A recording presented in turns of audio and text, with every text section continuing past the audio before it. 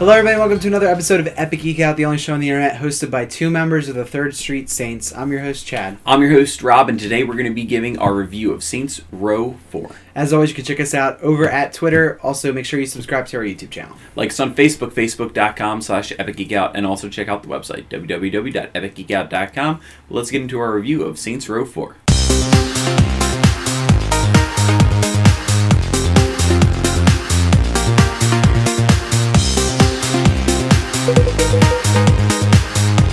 So today we're talking about Saints Row 4, which is out for the PC, also PS3 and Xbox 360. We played on the 360.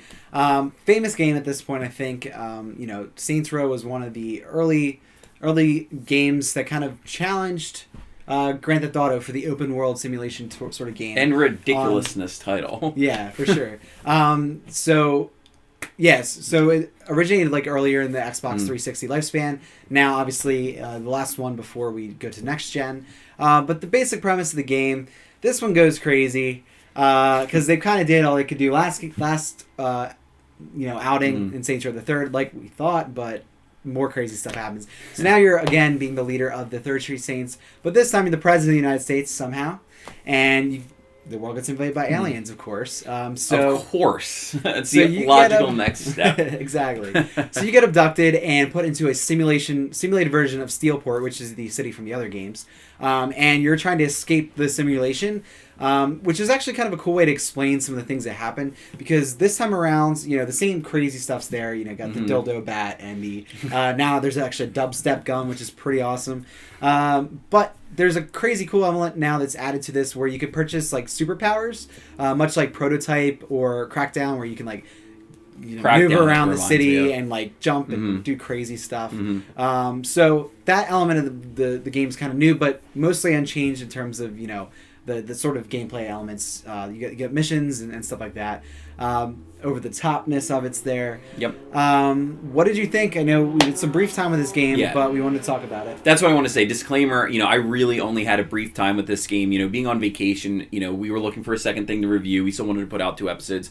So, again, it's a very brief, I'm just touching on the surface of this game. I didn't get to a point where I got the dubstep gun or, any all-out ridiculousness like that. I mean, granted, aliens did invade, and you were president, and, people were passing around, joints, and there were strippers in the White House. So, I mean, the game absolutely... The White Crib. The White Crib, as it is called. That's awesome. So, the game is absolutely ridiculous, but it is also meta, and I love its self-referential things. Like, you're about to bust down a door for a terrorist, and it says, only terrorists allowed, or something just so ridiculous, like that you obviously, it's just so outlandish. It's not necessarily my style of a game, but I am going to play it more to get a feel for it. Like, the limited time that I did have with this game did make me want to play more of it. And I think that is a pretty telling, kind of review in itself when someone doesn't have enough time to really, get into the nitty-gritty of things. I did think that it was very fluid, the gunplay, the running, and the graphics and things like that. So I appreciated that aspect of it, and I'm looking forward to playing more of the game. So. Yeah, and I think you mentioned too that you like the combat better than a Grand Theft Auto. Yes, Grand Theft Auto. I've cheated. I think in every version that I had, I put in the code to get the rocket launchers and just honestly cause mayhem and do the tanks and stuff like that. I've never been sucked in by the storyline enough. I'm actually looking forward to play the next one now, being a little more into the story with games, especially with Last of Us. Loving that storyline. I'm kind of looking forward to playing more of it. But I've always hated the guns and stuff in the shooting mechanic of Grand Theft Autos. Yeah, so this game's not for everybody for sure. It's definitely outlandish, which is what you said, and I definitely think it's a good word to describe it. A lot of people don't like that aspect of it. I personally love it. I think it's hilarious and just cool. I mean, let's face it. What's the reason you play Grand Theft Auto? I mean, the earlier ones. The newer ones have a lot more story, which is awesome. But really, what do? Half the time, you don't even go and do the missions. You drive around, do crazy stuff. This game lends itself really well to that, and that's awesome. This has been out for a little bit, a couple weeks now. Really close to the release of Grand Theft Auto 5, which is coming out next week. So it's interesting just to see kind of, how the dichotomy of the two play well together. But I think Grand Theft Auto is going for a little bit more of a a different approach now. I think a very kind of cinematic separate them. approach. Yeah, for sure. Especially with their And commercials. It kind of always sort of has done that, I guess, a little bit, but yeah, later versions, debatable, I'd say. for sure. Yeah. But I think this is awesome. I mean, I love the third game. I played many hours of that game, and this one is just, it kind of ramps it up even more. And like, I just don't even know what they're gonna do for the fifth one. Like, what are they gonna do? They have aliens invading. It's crazy. I like that it really knows itself well. It knows its world really well, and it fleshes that out in such a cool, creative way. Like, it's never boring. You can look at corners of every little area, and there's funny stuff there. And like, we were playing through, and I was watching you, and we're in the terrorist hideout, and there's like porn on the little TV. It's just hilarious stuff, just all over the place, littered in this game. It's definitely a mature title for sure. So not for kids, but it's just creative. A dubstep gun. I think it's just hilarious. Like, what are they? Like, the dildo bat in the last game I thought was hilarious, but this is, just ramps up. It's crazy. So definitely, if you liked the other Saints Row games, it's more of the same, so don't worry. I actually think if you liked Crackdown, it's like a sequel to Crackdown that we never got that we always wanted. So, you could enjoy that. Also, Prototype is another good example of that kind of traversal. So the traversal mechanic is awesome in it, which is a lot of fun, too. So check it out. It's crazy. It's ridiculous. It's a lot of fun. I'm sure you've already sought it out if you like the series, because it's been out for a little while. But if you always kind of wanted to dabble in it, you didn't really do it, I think it's a good place to pick it up. I mean, the storyline does carry over from the others, but it's not essential. Really, it's not essential. I mean, the craziness of it is what it's going for. Sure. So check out Saints Row 4. It's in stores now. Get it in quick before you get to play Grand Theft Auto, which is coming out next week. So check it out.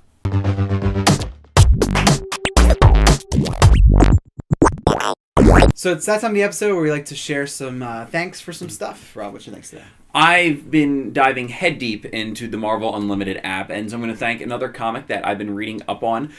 They're doing a good job of putting out some current comics, not ones that were released, really in the last 6 months. There might be even some of that, but really like 2012 story arcs that I missed, that I just didn't want to pick up. And one of the newer ish ones that I've been reading, 2 issues are released as of now, others are coming, is the Age of Ultron storyline.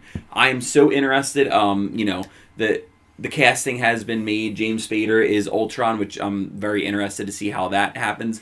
And I'm just so pumped to see and learn more about that character, because to be honest, I'm a little hazy about it. I know the origin, but I want to read some comics with him in it. Right. So I'm excited for him. I read the first 2. I think it's great. I need to kind of fit where that fits in with the whole universe. Like, it's along with the other events, I guess. But enjoying it. The art's really great, and I like the story. Hawkeye kind of takes a head job on it, so he's pretty important to the series, and I'm just enjoying it. And I hope that in the next Avengers movie, Hawkeye can be Hawkeye, and he's not, and they're going to plan on doing that. And I know Joss Whedon said he's excited for it, and I hope that Jeremy Renner can really get across the Hawkeye from the comics, because I think he's a great character. So yeah, cool. I'm going to thank another YouTube channel. Again, we like to share some awesome ones that we come across. So subscribe to them. It really, it's awesome. Subscribe to us. Subscribe to them. It really doesn't cost you anything. I've been trying to look at a lot of video game news, especially surrounding the Xbox One and PS4. IGN's great, of course, but I love the kind of really personality driven ones, and that's Rev 3 Games, which is by Revision 3, which we love for other things, TRS among others. It's hosted mainly by Adam Sessler. He does a lot of different of parts former G4 fame, right from the G4 video game reviews. So make sure you check that out, because he really does a good job. He does on a bi-weekly basis. He does a Google Hangout with fans, which is awesome. So they bring people on. You can sign up to be on it and just chat games, whatever you want to talk about. It's really cool. He does just reviews of games, also just video game news, stuff like that. They have 2 other personalities which are also really good on there. So make sure you check them out if you just kind of want that personality driven game stuff that's not really IGN, which is hard news. So check out Rev 3 Games. Thanks for watching this episode and all of our episodes this week. We really appreciate it. Make sure you leave comments below. Let us know if there's anything coming up that we should check out. Yep. Obviously, summer season's over, so a lot of the movies TV are shows, no more. Agents of S.H.I.E.L.D. So now we got TV shows. Yeah, we're excited about that. So thanks for watching again. We really appreciate it, and we'll see you next time.